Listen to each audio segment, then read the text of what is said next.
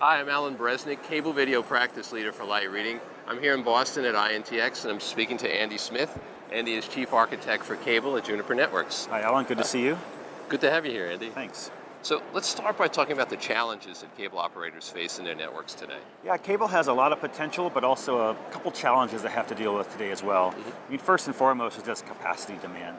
Over-the-top video, the rise of 4K over-the-top video has placed tremendous demand on these networks like we've never really seen before. So a lot of pressure to invest in silicon and optics and software to help automate these networks. So we need to make these networks faster, but at the same time a lot more agile. And that requires some investment and some discipline on the vendor's part and the operator's part as well. Second is there's a large demand for address space. And so IPv6 as a technology is something that really helps the cables grow the data plane of this network to the hundreds of millions of devices that they will have attached to these networks, especially as IP set-top boxes proliferate, Internet of Things, the web-connected refrigerator, all those things require an address space. And there's a lot of interest in not inserting more artificial complexity into the network through large-scale NATs and things of that nature. And then on the last mile, there's a lot of interest in moving towards an all-IP infrastructure. So embracing packet switching as more of a core technology in cable, and not something that's constrained, but something that's distributed and very much leveraged to provide statistical multiplexing and routing benefits end-to-end in cable. Okay, so given all these challenges, what impact do you see virtualization technology having on the cable network? Yeah, it's a great question. I mean, virtualization, you can really substitute the word software. So how best to leverage software in cable, and it's really for agility and for optimization.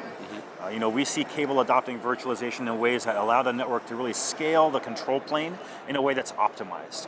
We see them adopting virtualization in a way to scale services that can react quickly to changes on the network, changes in demand. Cable networks are very much in tune with popular culture. These networks don't sell services on a 5-year contract, they change minute to minute. And virtualization can really help adapt the network to the current demand and the current business environment. Given all that, what do you see the impact of OpenStack being on the industry, and how do you see cable operators making use of OpenStack? OpenStack has gained a lot of popularity in just the last few months in cable. Every major operator that I've worked with has embraced OpenStack, or is at least seriously exploring how they can leverage it to implement that NFV environment that we talked about.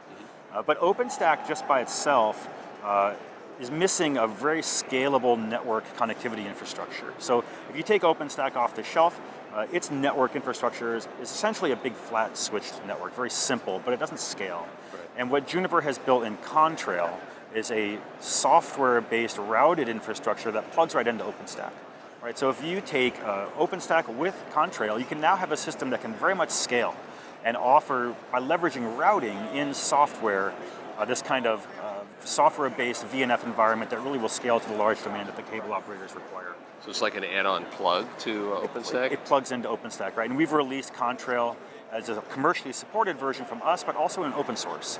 So there are many organizations that have adopted Contrail, modified it for their own use it in OpenStack. And there are also those that will take a packaged version of OpenStack and Contrail from us and leverage that. But we apply routing technology into the VNF or the OpenStack space, which allows for very big scale. When we talk about this all in about a year, where do you think the industry will stand then? Well, I think the trends are pretty clear. That software will play a growing role.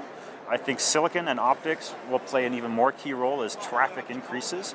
We'll find that balance between what NFV and VNFs will do in terms of adding value to the ecosystem, but we'll continue to need routing and switching infrastructure that is very, very scalable, and that comes through investments in silicon. Andy, thanks for your time. My pleasure. Thank you. Sure.